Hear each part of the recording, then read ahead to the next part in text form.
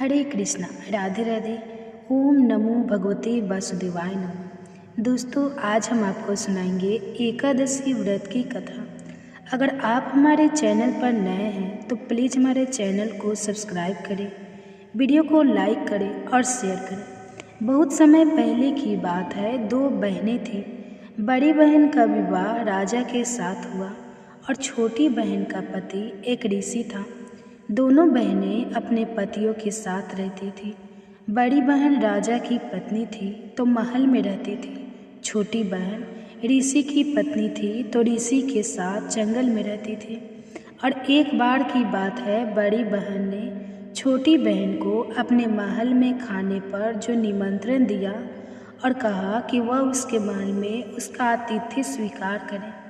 जब छोटी बहन ने अपने पति ऋषि जी को अपनी बड़ी बहन के बारे में बताया कि मेरी बड़ी बहन ने हमें भोजन के लिए बुलाया है और हमें उसका अतिथि स्वीकार करना चाहिए, तब ऋषि जी ने अपनी पत्नी से कहा कि देखो, जो तुम्हारी बहन है वह राजा की पत्नी है, इसलिए वह वैभव का जीवन जीती है, आलीशान महल में रहती है, नौकर चाकर हाथी घोड़े ऊंट सभी हैं। राजा को धन और राज्य की शक्ति का घमंड होगा, इसलिए वह हमारी बेइज्जती करने के लिए हमें वहाँ बुला रहे हैं।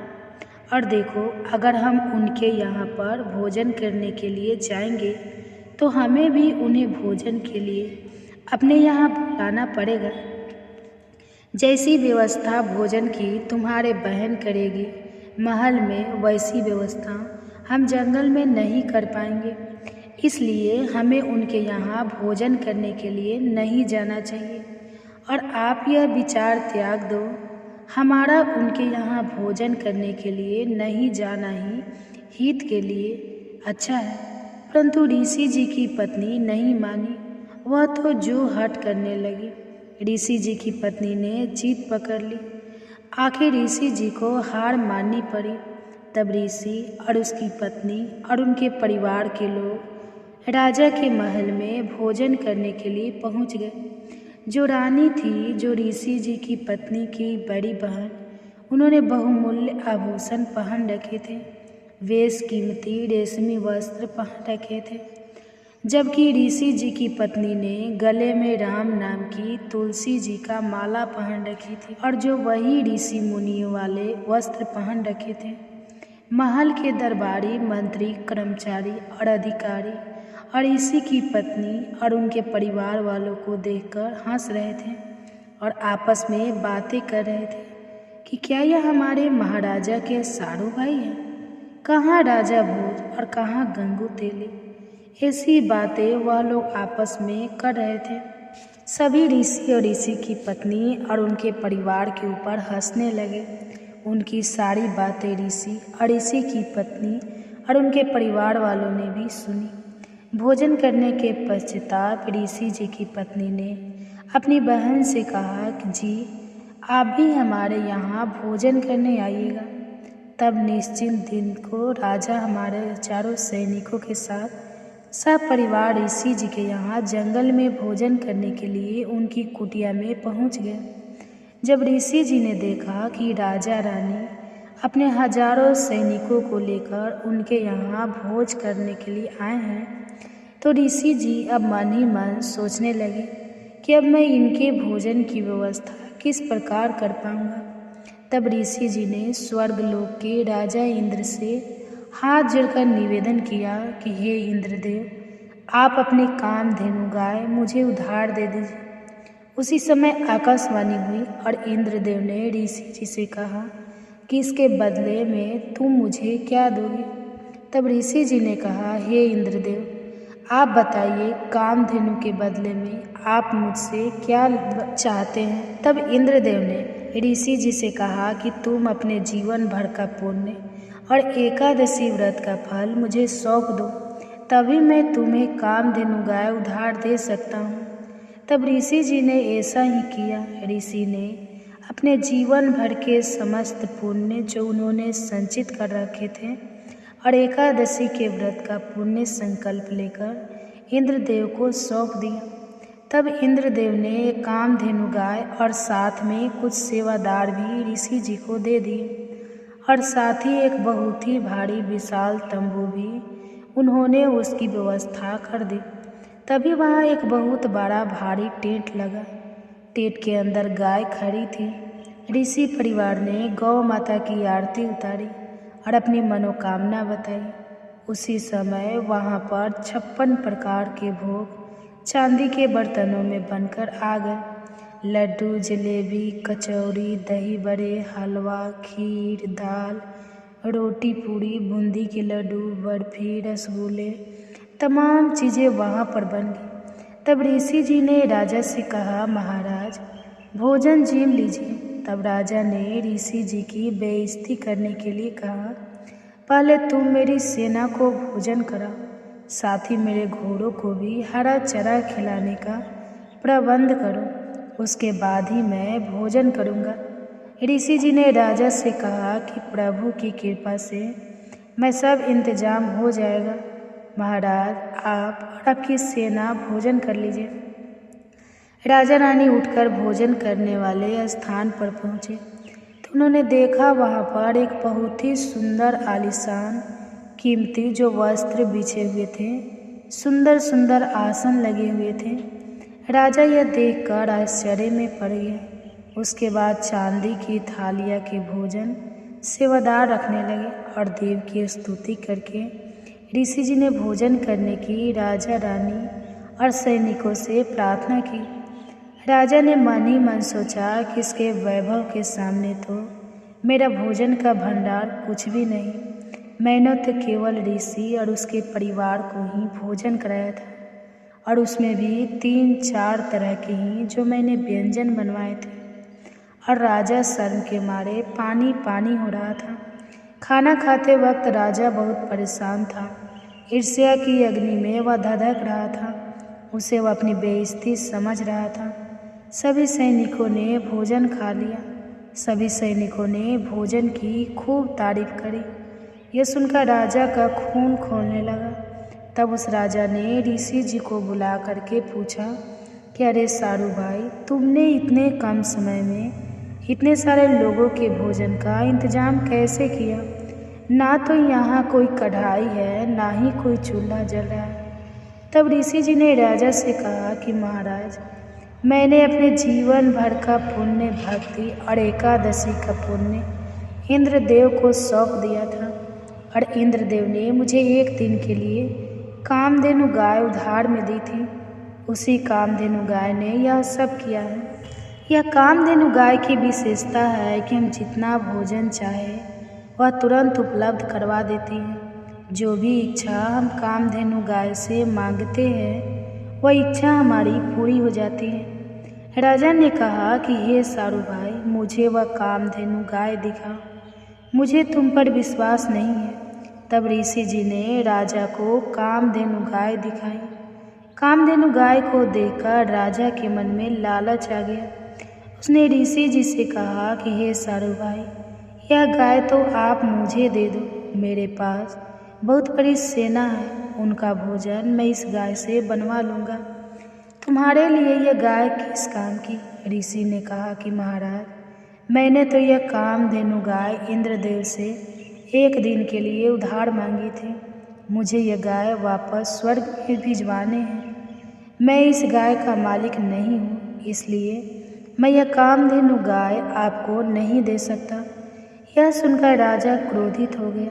राजा ने अपने सैनिकों को आज्ञा दी कि इस गाय को तुम बांध लो। ऋषि ने देखा कि राजा की नीयत में खोट आ गया है। उसी समय ऋषि ने गौ माता से कहा कि हे गौ माता, आप स्वर्ग लोक में इंद्रदेव के पास शीघ्र लौट जाइए। उसी समय कामधेनु गाय टेट को फाड़कर सीधी ऊपर की ओर उड़ने लगी।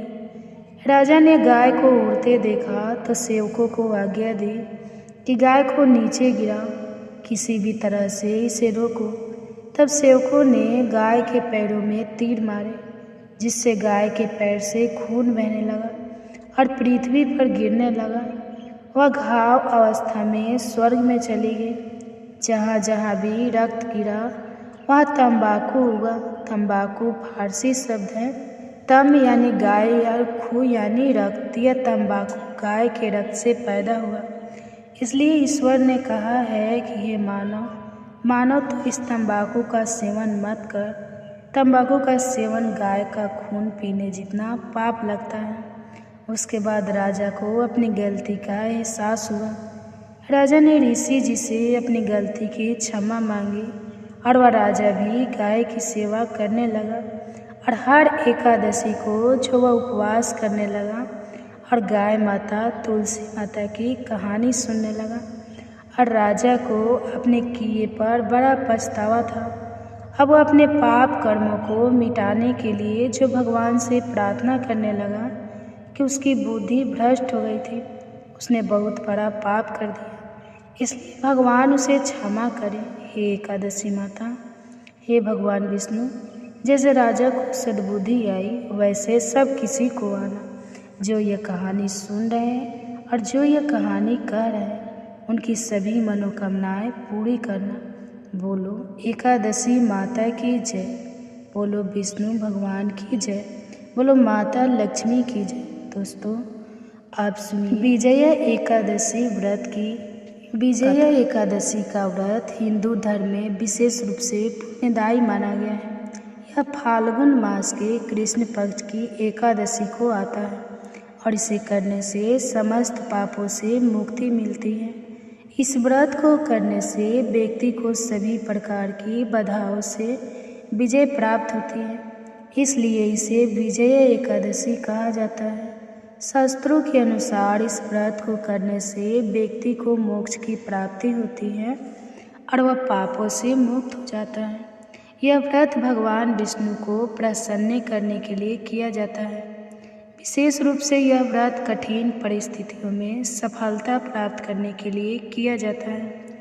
भगवान श्री राम ने भी इस व्रत को किया था, जिससे उन्हें रावण पर विजय प्राप्त हुई थी। प्राचीन समय की बात है, जब त्रेता युग में भगवान श्री राम अपनी पत्नी माता सीता और छोटे भाई लक्ष्मण के साथ वनवास में थे, तब रावण ने माता सीता का हरण कर लिया। तो श्री राम और लक्ष्मण उनकी खोज में भटकते भटकते ऋषिमुख पर्वत पर पहुँचे, जहाँ उनकी भेंट हनुमान जी और सुग्रीव से हुई। सुग्रीव से मित्रता करने के बाद जब श्री राम को पता चला कि सीता माता लंका में रावण के बंदी गृह में है, तो उन्होंने समुद्र पार करने और लंका पर चढ़ाई करने की योजना बनाई। परंतु समुद्र की विशालता और लंका के अभेद्य किले को देखकर वे चिंतित हो गए। इतनी विशाल सेना के साथ समुद्र कैसे पार किया जाए और युद्ध में विजय कैसे प्राप्त की जाए। उसी समय श्री राम ने महर्षि बकदल्भ नामक एक ऋषि से मार्गदर्शन मांगा। महर्षि ने उन्हें बताया कि यदि वे विजय एकादशी का व्रत करें तो निश्चित ही उन्हें समुद्र पार करने और रावण पर विजय प्राप्त करने में सफलता मिलेगी। भगवान श्री राम ने ऋषि के निर्देशानुसार विधि पूर्वक इस व्रत का पालन किया। उन्होंने 10वीं तिथि को उपवास रखा और एकादशी के दिन पूरी श्रद्धा और नियम से भगवान विष्णु की पूजा की। द्वादशी के दिन व्रत का पालन करने के पश्चात उन्होंने समुद्र देवता से मार्ग देने की प्रार्थना की। विजया एकादशी के प्रभाव से समुद्र देवता ने श्री राम को मार्ग प्रदान किया और उनके निर्देश पर नल नील ने समुद्र पर पत्थरों का पुल बनाया, जिसे आज राम सेतु के नाम से जाना जाता है। इसके बाद भगवान श्री राम ने सेना सहित लंका पर आक्रमण किया और विजय प्राप्त की। इस प्रकार विजय एकादशी के व्रत के प्रभाव से भगवान श्री राम को सफलता मिली और उन्होंने माता सीता को रावण के बंदी गृह से मुक्त कराकर धर्म की पुनः स्थापना की। विजया एकादशी का व्रत रखने के लिए श्रद्धालु को 10वीं तिथि की रात से ही सत्विक आहार ग्रहण करना चाहिए। व्रत की विधि है 10वीं तिथि को एक बार सात्विक भोजन करें और ब्रह्मचर्य का पालन करें। मन में भगवान विष्णु की भक्ति भावना बनाए रखें। प्रातः स्नान करके स्वच्छ वस्त्र धारण करें। व्रत का संकल्प लें और भगवान विष्णु का ध्यान करें। गंगा जल या स्वच्छ जल से भगवान विष्णु की मूर्ति का अभिषेक करें। धूप दीप चंदन फल तुलसी और पंचामृत से पूजा करें। ओम नमो भगवते वासुदेवाय मंत्र का जाप करें। श्रीमद् भागवत गीता या विष्णु सहस्त्र नाम का पाठ करें।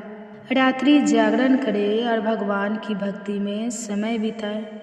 अगले दिन प्रातः स्नान करें और ब्राह्मणों को भोजन कराएं।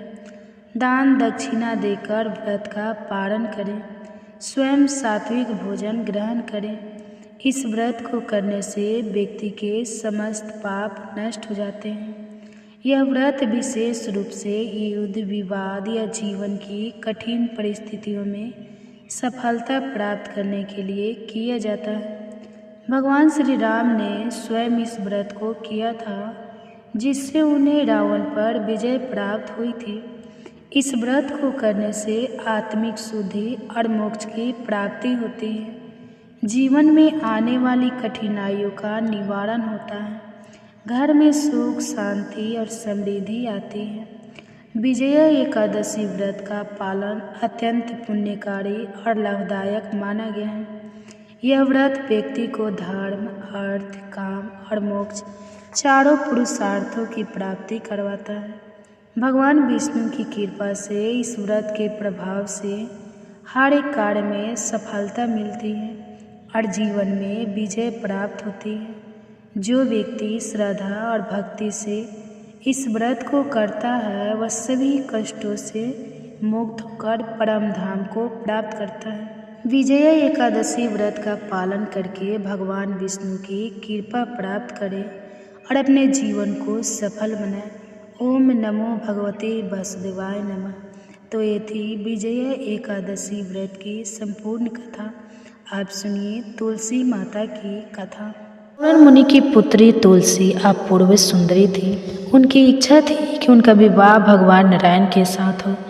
इसके लिए उन्होंने नारायण पर्वत की घाटी में स्थित वद्री वन में घोर तपस्या की। दीर्घकाल तक तपस्या के उपरांत ब्रह्मा जी ने प्रसन्न होकर दर्शन दिया और वर मांगने को कहा। तुलसी जी ने कहा, सृष्टिकर्ता ब्रह्मा देव, आप अंतर्यामी हैं, सबके मन की बात जानते हैं।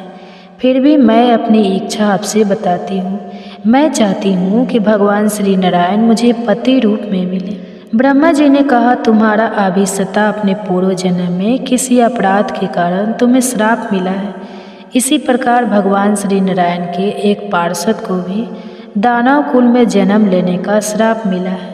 दानव कुल में जन्म लेने के बाद भी उस समय नारायण का अंश विद्यमान रहेगा। इसलिए इस जन्म में पूर्व जन्म के पाप के शमन के लिए संपूर्ण नारायण तो नहीं मिलेंगे, लेकिन नारायण के अंश से युक्त दानव कुल में जन्मे उस श्रापग्रस्त पार्षद से तुम्हारा विवाह होगा। श्राप मुक्त होने पर भगवान श्री नारायण सदा सर्वदा के लिए तुम्हारे पति हो जाएंगे।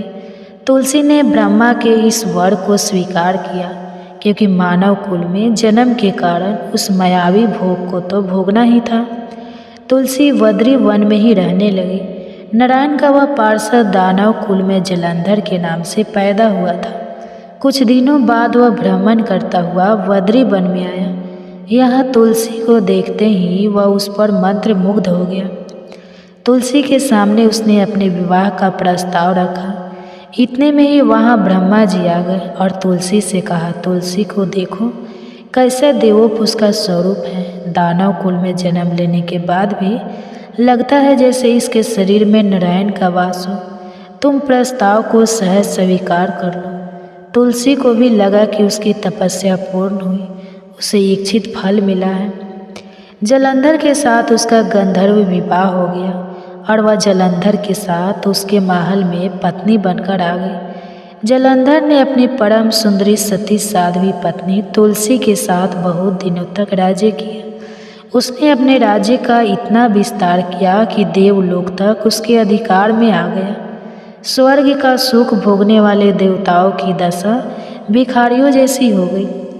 जलंधर किसी को न कष्ट नहीं देता था, पर अधिकार और राज्य छीन जाने से सारे देवताओं मिलकर ब्रह्मा, विष्णु और शिव जी की सभा में गए तथा अपनी विपत्ति सुनाई। ब्रह्मा जी ने कहा, तुलसी परम साध्वी है, उसका विवाह जलंधर से मैंने ही कराया था।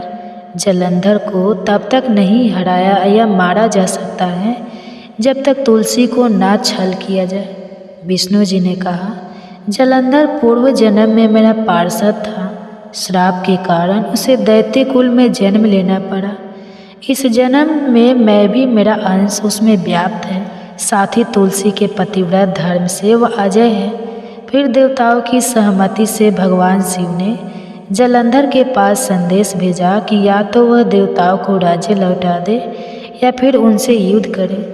जलंधर शंकर के पास पहुंचा। उसने कहा, देवाधिदेव, आपके लिए देवताओं का पक्ष लेना उचित नहीं है। राज्य बढ़ाना हर राजा का कर्तव्य है। मैं किसी को दुखी नहीं कर रहा हूँ।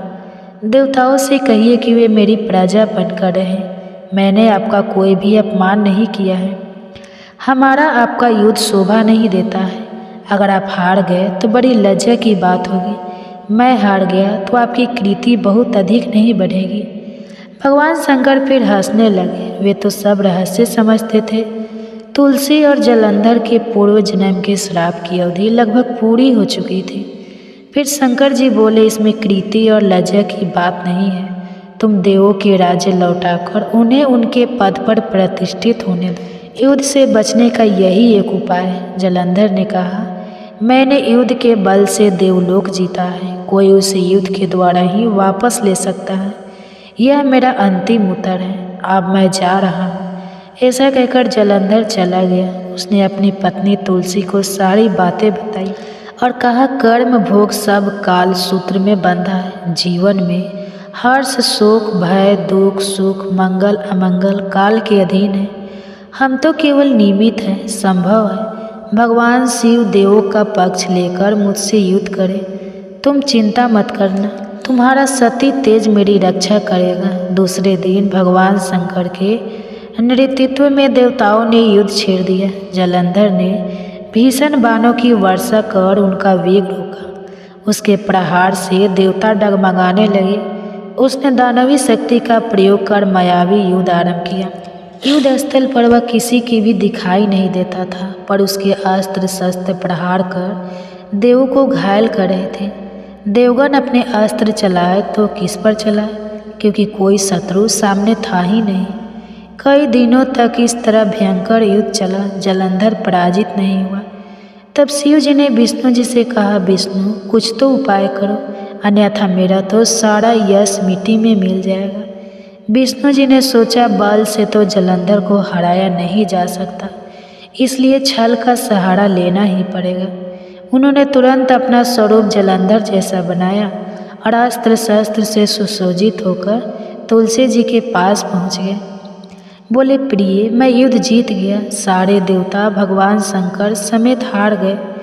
इस खुशी में आओ मैं तुम्हें अपने अंग से लगा लूं। पति को प्रत्यक्ष खड़ा देख तथा विजय का समाचार सुन वह दौड़कर मायावी जलंधर के गले से लिपट गई। इस प्रकार पति पत्नी दोनों ने आलिंगन कर खूब खुशी मनाई। पर पुरुष के साथ इस प्रकार के व्यवहार से उसका सती तेज नष्ट हो गया। उसका सारा तेज जो जलंधर की कवच के रूप में रक्षा कर रहा था, कवच नष्ट हो गया। जलंधर शक्तिहीन हो गया। यह जानते ही भगवान शंकर ने अपने त्रिशूल से प्रहार किया। त्रिशूल के लगते ही जलंधर जलकर भस्म हो गया।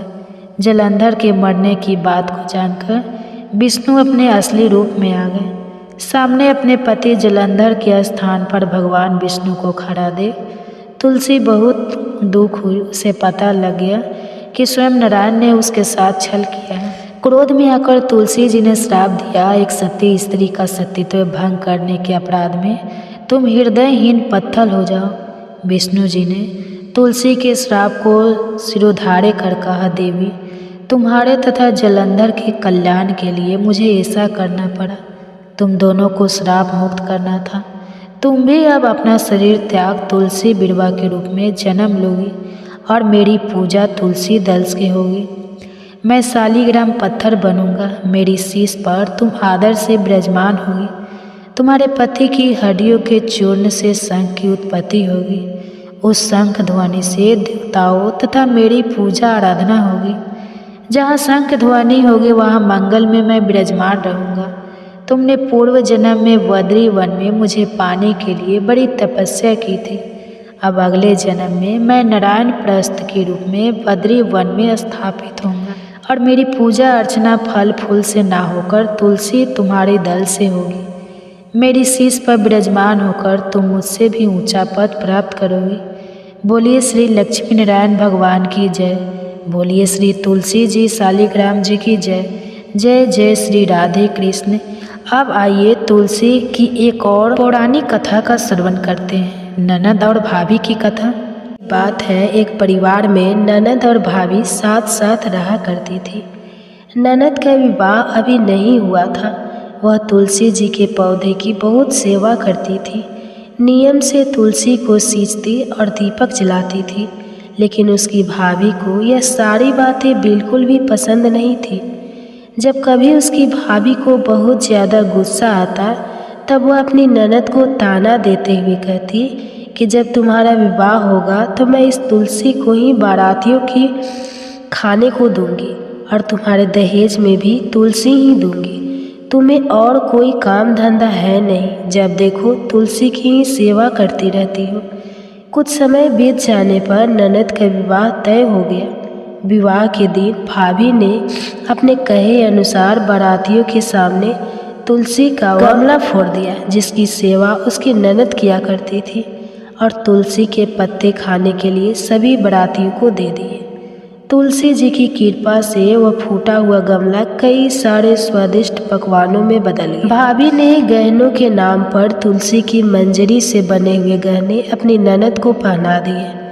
तुलसी जी की कृपा से देखते ही देखते तुलसी जी की मंजरी से बने वह गहने भी सुंदर सोने जवाहरात में बदल गए। इतना ही नहीं, भाभी ने मारे क्रोध के वस्त्रों के स्थान पर तुलसी का जनेऊ रख दिया और वह भी रेशमी और सुंदर वस्त्रों में बदल गया। अब जब ननद अपनी ससुराल में पहुंची तो ससुराल में तो उसके दहेज की बहुत प्रशंसा हुई। यह बात भाभी के कानों तक भी पहुंची। उसे बहुत आश्चर्य हुआ कि उसने सोचा कि उसने तो ननद के गहने, कपड़े और जनेऊ तक तुलसी जी के ही रखे थे और तुलसी जी की मंजरी रखी थी। यह सब जानकर भाभी को बहुत आश्चर्य हुआ। अब उसे तुलसी जी की पूजा का महत्व समझ में आ गया था। उस भाभी की भी एक बेटी थी। वह तब अपनी बेटी से कहने लगी कि बेटी, तुम भी तुलसी जी की सेवा किया करो, तुम्हें भी तुम्हारी बुआ की तरह फल मिलेगा। वह जबरदस्ती अपनी बेटी से तुलसी महारानी की सेवा करने को कहा करती, लेकिन लड़की का मन तो तुलसी की सेवा में लगता ही नहीं था। धीरे धीरे समय बीतता गया और भाभी की लड़की बड़ी हो गई। अब उसके विवाह का समय आ गया। तब भाभी सोचने लगी कि जैसा व्यवहार मैंने अपनी ननद के साथ किया था वैसा ही व्यवहार अब मैं अपनी बेटी के साथ भी करूँगी, तो यह भी गहनों से लद जाएगी और बारातियों को भी खाने में तरह तरह के पकवान मिलेंगे। भाभी मन ही मन सोचने लगी कि ससुराल में भी मेरी बेटी को बहुत मान सम्मान मिलेगा। यही सोचकर भाभी बारातियों के सामने तुलसी का गमला फोड़ देती है, लेकिन इस बार गमले की मिट्टी मिट्टी ही रहती है। मंजरी और पत्ते भी अपने ही रूप में रहते हैं। जनेऊ भी अपना रूप नहीं बदला। जब भाभी ने सभी बारातियों को खाने में तुलसी के पत्ते दिए तो ये देखकर सभी लोग और बारात भी भाभी की बुराई करने लगे। भाभी ने लालच में आकर अपनी बेटी के दहेज में भी तुलसी के पत्ते और मंजरी आदि रख दिए थे। जब बेटी अपने ससुराल पहुंची तो वहां पर भी उसकी बुराई ही हुई। भाभी गुस्से के कारण कभी भी अपनी ननद को नहीं बुलाती थी। एक दिन भाई ने सोचा कि मेरी पत्नी तो मेरी बहन को बुलाती नहीं है, क्यों ना मैं ही अपनी बहन से मिलकर आऊँ। यह सोचकर उसने अपनी पत्नी से कहा और कुछ उपहार अपनी बहन के लिए ले जाने की बात कही। तो भाभी ने थैले में ज्वार भरकर कह दिया कि यह लो और कुछ नहीं है, तुम यही लेकर जाओ। तब भाई बहुत दुखी मन से अपनी बहन के पास चल दिया। रास्ते में वह सोचता रहा कि कोई भला भाई अपनी बहन के घर ज्वार कैसे ले जा सकता है। यही सोचकर वह एक गौशाला के पास रुक गया और ज्वार का वह थैला उसने एक गाय के सामने पलट दिया। तभी एक ग्वाले ने यह सब देख लिया। तब उस ग्वाले ने आकर उसके भाई से कहा कि अरे, आप गाय के सामने यह हीरे मोती और सोना क्यों डाल रहे हो? इसे तो घास डालनी होती है। तब भाई ने मुड़कर देखा तो वह हैरान रह गया। फिर भाई ने ग्वाले की सारी बात बताई और धन लेकर खुशी खुशी अपनी बहन के घर चल दिया। दोनों भाई बहन एक दूसरे को देखकर बहुत प्रसन्न हो गए। तब बहन ने तुलसी माता से सच्चे मन से प्रार्थना की कि उसकी भाभी को सद्बुद्धि प्राप्त हो जाए और तुलसी माता की कृपा से उनके घर में सुख समृद्धि और धन के भंडार भर जाए। तब कुछ दिनों के बाद देखते ही देखते भाभी का मन बदल गया और वह अपनी ननद को बहुत सम्मान देने लगी और वह भी सच्चे मन से तुलसी जी की सेवा करने लगी। तुलसी माता की कृपा से उनके घर में सुख समृद्धि के भंडार भर गए। उनके घर में अब कलह कलेश नहीं होता था और सभी सुख से रहने लगे। तो प्रेम से बोलिए तुलसी माता की जय। अब आइए सुनते हैं कार्तिक स्नान की कथा, जिसे सुनने से घर में सुख समृद्धि का वास होता है। एक बार एक बूढ़ी माई थी जो चतुर्मास में पुष्कर स्नान किया करती थी। उनका एक बेटा और बहू थी। एक दिन बूढ़ी माई ने अपनी बहू को फलाहार बनाने को कहा तो बहू ने खाली टिफिन ही रख दिया। बेटा माँ को पहचानने के लिए पुष्कर गया तो रास्ते में एक जगह पर बेटा माँ से बोला, माँ फलाहार कर लो। जहाँ पानी मिला वहीं पर वह बूढ़ी माई अपने बेटे के साथ फलाहार करने बैठ गई। तो भगवान की कृपा से खाली टिफिन फलों से भर गया। माँ ने फलाहार कर लिया और बेटा पुष्कर में माँ के रहने के लिए झोपड़ी बनाकर वापस घर आ गया। रात में बूढ़ी माई के दरवाजे पर सावन मास आया और दरवाज़ा खटखटा कर बोला, बूढ़ी माई दरवाज़ा खोल। तब बूढ़ी माई ने पूछा, आप कौन हो? तो उसने बोला कि सावन मास ने कहा मैं श्रावण मास हूँ। बूढ़ी माई ने तुरंत दरवाज़ा खोल दिया। बूढ़ी माई ने भगवान शिव और देवी पार्वती की पूजा अर्चना की, बेलपत्र से अभिषेक किया। जाते समय श्रावण मास ने बूढ़ी माई को खूब आशीर्वाद दिया और झोपड़ी की एक दीवार सोने की हो गई। इसके बाद भाद्रपद मास आया। उसने भी दरवाज़ा खोलने के लिए बूढ़ी माई से कहा। बूढ़ी माई ने दरवाज़ा खोला, सत बनाकर कजरी तीज मनाई। भाद्रपद मास ने बूढ़ी माँ को आशीर्वाद दिया और झोपड़ी की तीसरी दीवार भी सोने की हो गई। आश्विन मास आया और उसने भी दरवाज़ा खटखटाकर खोलने को कहा। बूढ़ी माई ने दरवाज़ा खोला, पितरों का तर्पण कर ब्राह्मण भोज कराकर श्राद्ध किया। फिर नवरात्रि में माँ दुर्गा को अखंड ज्योति जलाकर प्रसन्न किया। सत्य की विजय दिवस के रूप में और बुराई के अंत की खुशी में दशहरा मनाए। आश्विन मास नेते समय प्रसन्न होकर बूढ़ी माई की झोपड़ी की तीसरी दीवार भी बहुमूल्य हीरे रत्नों से जड़ दी और बूढ़ी माई को सदैव प्रसन्न रहने का आशीर्वाद दिया।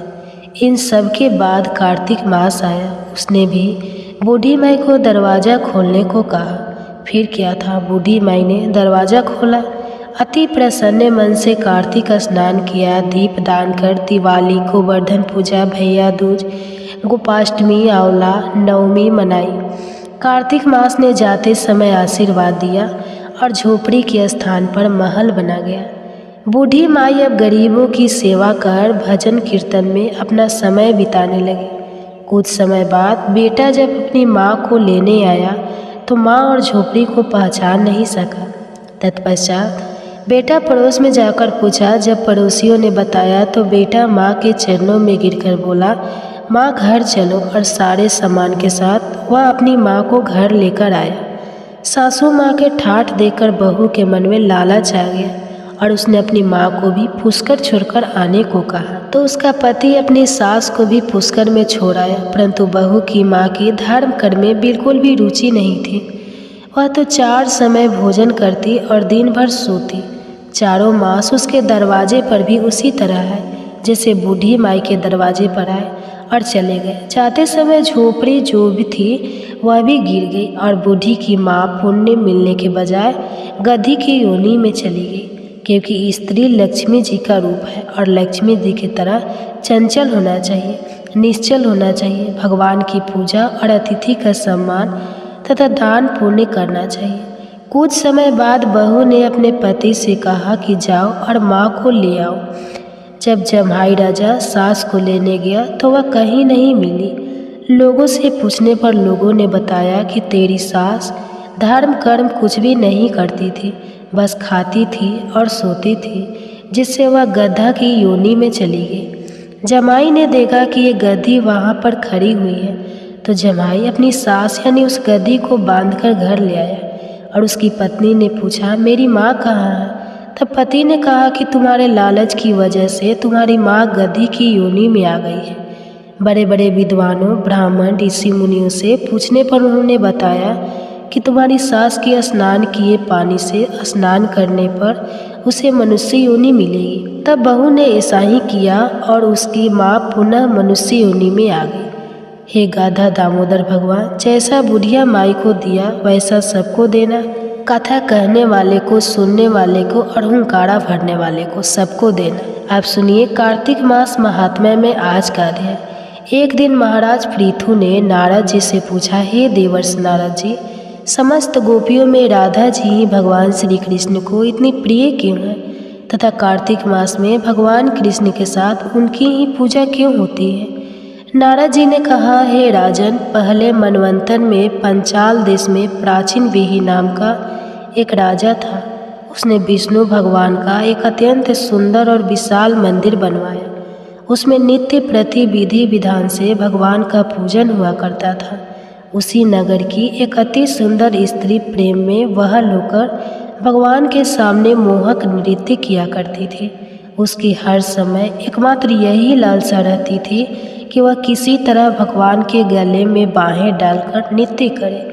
एक दिन उसने अपना समस्त धन गरीबों में बांट दिया और भगवान के सम्मुख नाचते हुए अपने प्राण त्याग दिए। स्वर्ग में वह स्त्री चंद्रकृति नामक अत्यंत सुंदर देवांगना बनी। एक दिन वह दर्पण में अपना अद्भुत रूप लावण्य देखकर मन ही मन कहने लगी कि भगवान के अतिरिक्त अन्य कोई मेरा पति नहीं हो सकता।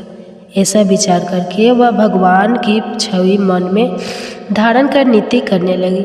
कुछ समय बाद दैत्यों के आतंक से दुखी होकर समस्त देवता ब्रह्मा जी की शरण में गए। तब ब्रह्मा जी ने भगवान विष्णु के कृष्ण अवतार लेने का संपूर्ण वृत्तांत देवताओं को सुनाया और साथ ही उनको आज्ञा दी कि देवता ग्वाल बाल एवं देवांग नाय गोपियों के रूप में जन्म लेकर भगवान की सेवा करें। देवांगना चंद्रकृति ब्रह्मा जी से प्रार्थना करती हुई बोली, हे पितामह भगवान, स्वयं मेरे साथ नाचे, मेरा पूर्व जन्म का यह मनोरथ पूर्ण करने की कृपा कीजिए। तब ब्रह्मा जी ने वरदान देते हुए कहा, तुम नंद ग्राम में वृषभान गोप के यहाँ राधा नाम से जन्म लेकर समस्त ब्रज गोपिका से अधिक भगवान को प्रिय होगी। उस समय भगवान तुम्हें अपने प्राणों से भी अधिक प्रिय समझेंगे तथा रास उत्सव में तुम उनके साथ नृत्य करोगी। इस प्रकार तुम्हारा मनोरथ पूर्ण होगा। ब्रह्मा जी के वरदान को पूर्ण करने के लिए श्री कृष्ण अवतार में भगवान ने राधा जी के साथ रास उत्सव में नृत्य किया और उन्हें अपने प्राणों से भी अधिक प्रिय माना। तो बोलो श्री राधा रानी की जय। महाराज प्रभु ने नारद जी से पूछा है, देवर्षि यम, पंचक काल में दीपदान का क्या महत्व और विधान है, कृपा करके मुझे बतलाइए। तब नारद जी ने कहा, हे राजन, कार्तिक मास के कृष्ण पक्ष के त्रयोदशी से शुक्ल पक्ष के द्वितीया तक के 5 दिन यम पंचक कहलाते हैं। इन दिनों में धनतेरस की रात्रि को यमराज के निमित्त दीपक जलाने से यमराज प्रसन्न होते हैं और अकाल मृत्यु आदि नहीं होती। इसके अगले दिन कार्तिक कृष्ण चतुर्दशी को नरक चतुर्दशी भी कहते हैं। इस दिन तिल का तेल, अपमार्ग तथा दुर्वा आदि लगाकर स्नान करना चाहिए। स्नान के बाद दक्षिण की ओर मुख करके अपस्वयं होकर जल में तिल मिलावे और 3 दिन अंजलि से यमक, धर्मराजा, मृत्युए, अंतकाय, कलाय, सर्वभूतका, आयुधुए, दनाय, परमेश्वर, मृत्यु का, चिंता, चित्रगुप्ता है, इन नामों से यमराज को तर्पण करें। फिर सायंकाल ब्रह्मा विष्णु शिव तथा दुर्गा के मंदिरों में तथा वृक्ष सभा गौशाला बगीचा नदी तालाब कुआं बावड़ी गली चौड़ा खेत सम्मान आदि में दीपक जलाते और रात्रि को श्री लक्ष्मी जी की पूजा करें। यदि शास्त्र में किसी भी मृत्यु हो गई हो तो उसके निमित्त भी चतुर्दशी को दीप दान करना चाहिए। इससे अक्षय पुण्य फल प्राप्त होता है। इसके बाद कन्या ब्रह्मचारी तथा तपस्वी जी है कौर की अमावस्या अर्थात दीपावली के दिन भी स्नान आदि से निर्वृत्त होकर पितरों का पूजन और श्राद्ध करके ब्राह्मणों को भोजन करावे। फिर सायंकाल घर तुलसी के समीप देवस्थान शमशान नदी पर्वत चौरस्ता तथा गौशाला में दीपक जलावे। तत्पश्चात लक्ष्मी जी की स्तुति करके उनको जगावे। जिस प्रकार पतिव्रता स्त्री अपने पति से पहले जागती है उसी प्रकार लक्ष्मी जी भी भगवान से 12 दिन पहले जागती है। अमावस्या को दिन में बालक वृद्ध तथा रोगियों को छोड़कर अन्य कोई भोजन ना करे। सायंकाल लक्ष्मी जी का पूजन करने के बाद ही भोजन करे। घर को फूल माला आदि से संजोए। सारे घर में दीप माला करे। घर के सभी स्त्री पुरुष नवीन वस्त्र धारण करें और समस्त रात्रि लक्ष्मी जी के समक्ष नृत्य गीता आदि करके हर्षोल्लास के व्यतीत करें।